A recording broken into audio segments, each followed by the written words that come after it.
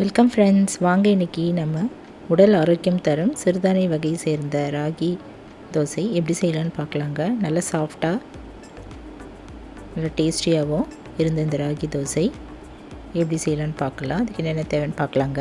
இப்போது 8 மணி நேரம் முன்னாடியே 1 கப் ராகி தண்ணியில் ஊற வச்சுட்டோங்க. 1 கப் அளவு இட்லி அரிசி, 1/2 கப் அளவு பச்சரிசி, 1 ஸ்பூன் வெந்தயம், இதெல்லாம் 4 மணி நேரம் முன்னாடி ஊற வச்சுக்கலாம். 1/2 கப் அளவு முழு உளுந்து நம்ம 1 மணி நேரம் முன்னாடியே அரைக்கிறதுக்கு 1 மணி நேரம் முன்னாடியே ஊற வச்சுக்கலாங்க. இப்போ இந்த தானியம் எல்லாமே நல்லா ஊறிடுச்சு. இப்போ இதெல்லாம் ஒன்றாவே நம்ம மிக்சிலேயோ இல்லை கிரைண்டரில் போட்டு கொஞ்சமாக தண்ணி ஊற்றி நல்லா நைஸாக அரைச்சிக்கலாங்க. இது ஒரு 10-15 நிமிஷத்துக்குள்ளேயே நல்லா அரைப்பட்டுடும்.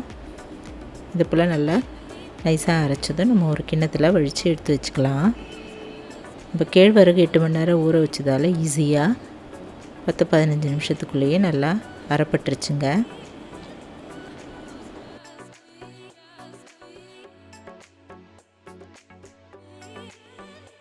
இப்போ இது கொஞ்சமாக ஒரு 1.5 டீஸ்பூன் அளவு உப்பு போட்டு நல்லா கரைச்சி எடுத்து வச்சிடலாம். இதை நம்ம மறுநாள் தான் தோசையாக ஊற்றணும்.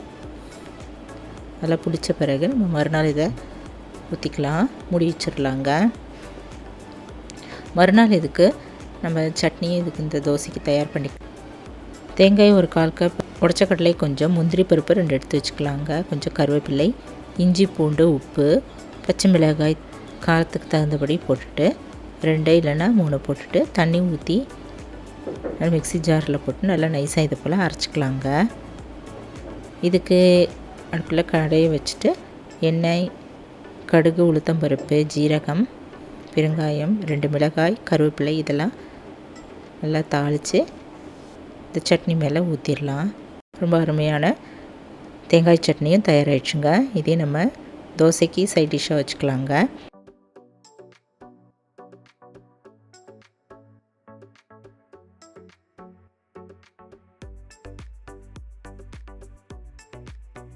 இப்போ இந்த மாவு நல்லா புளிச்சிருச்சு. நல்லா கரண்டியில் இதை போல் கலந்துக்கலாம். தேவையான அளவு தண்ணி ஊற்றி தோசை மாவு பதத்துக்கு கரைச்சிக்கலாங்க. உங்களுக்கு எவ்வளோ மாவு தேவைப்படுதோ அந்த அளவு நம்ம வேறு ஒரு கிண்ணத்தில் கொஞ்சமாக எடுத்து வச்சுக்கலாம். இப்போ இந்த மாவுக்கு நம்ம கொஞ்சமாக முருங்கைக்கீரை இருந்ததுங்க, அதையும் நான் இது போல் கழுவி ஆஞ்சி க்ளீன் பண்ணி எடுத்து வச்சுட்டேன். சின்ன வெங்காயம் ஒரு 10-15 அரிஞ்சு எடுத்து வச்சுக்கலாம். கொஞ்சம் பச்சை மிளகாயும் கட் பண்ணி எடுத்து வச்சுட்டேங்க. இப்போ அடுப்பில் ஒரு கடாய் வச்சுட்டு கொஞ்சமாக ஆயில் ஊற்றிட்டு அதில் கொஞ்சமாக கடுகு, உளுத்தம்பருப்பு போட்டுக்கலாங்க. ஜீரகம் ஒரு 1/4 டீஸ்பூன் போட்டுக்கலாம்.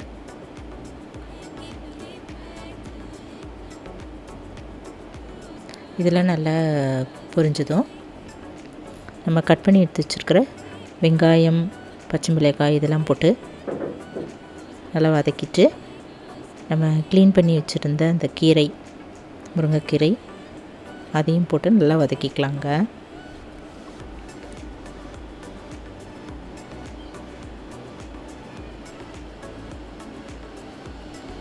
கொஞ்சமாக உப்பும் போட்டுக்கலாம், ரொம்ப போட்டுட வேண்டாம். கொஞ்சமாக உப்பு போட்டு இதை நல்லா கடாயிலே வதக்கிக்கலாம்.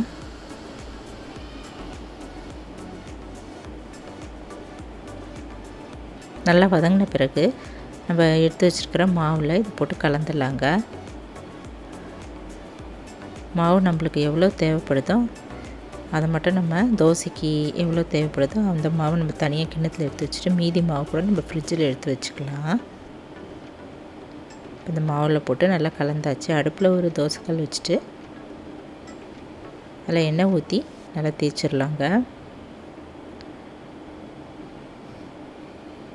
கல் நல்லா காஞ்சது இது போல் எண்ணெயை நல்லா தேய்ச்சிட்டு நம்ம 2 கரண்டி இல்லை 1.5 கரண்டி அளவு மாவு எடுத்துகிட்டு இந்த தோசையை ஊற்றிடலாங்க. நல்லா கால்சியம் சத்து, புரோட்டீன் இந்த சத்துக்கள்லாம் ரொம்ப நிரம்பியிருக்க இந்த ராகியை நம்ம இது போல் அடிக்கடி உணவில் சேர்த்துக்கிறது ரொம்ப நல்லதுங்க.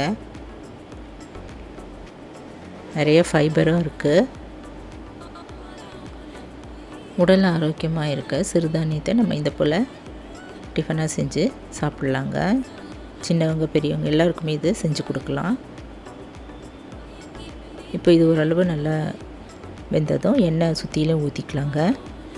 ஊற்றிட்டு நல்லா இது போல் வெந்த பிறகு திருப்பி போட்டுக்கலாம். திருப்பி போட்டுட்டு திருப்பியும் ஒரு ஸ்பூன் எண்ணெய் ஊற்றிட்டு நல்லா வேக வச்சுக்கலாங்க.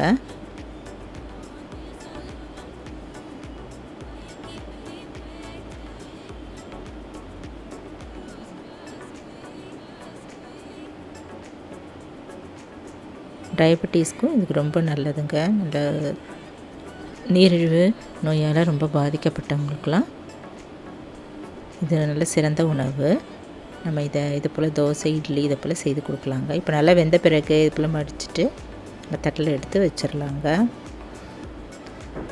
இதுக்கு சைட் டிஷ்ஷாக சட்னி இது போல் தயாரிச்சுக்கலாம். இல்லை தக்காளி கார சட்னி கூட நம்ம தயாரித்து கொடுக்கலாங்க. அருமையான சத்தான இந்த ராகி தோசை நீங்களும் ட்ரை பண்ணி பாருங்கள். நல்லா சூடாக வச்சு கொடுத்திங்கன்னா ரொம்ப நல்லாயிருக்கும். சாஃப்டாகவும் ரொம்ப நல்லா டேஸ்ட்டாகவும் இருக்குங்க. சத்தான இந்த ராகி தோசை நீங்களும் வீட்டில் ட்ரை பண்ணி பாருங்கள். இந்த வீடியோ பிடிச்சதுன்னா என்னுடைய சேனலான குக்கிங் வித் சித்ரா அன்பு சேனலை சப்ஸ்கிரைப் பண்ணிக்கோங்க. தேங்க்ஸ் ஃபார் வாட்சிங். நம்ம அடுத்த வீடியோவில் பார்க்கலாம். நன்றி, வணக்கம்.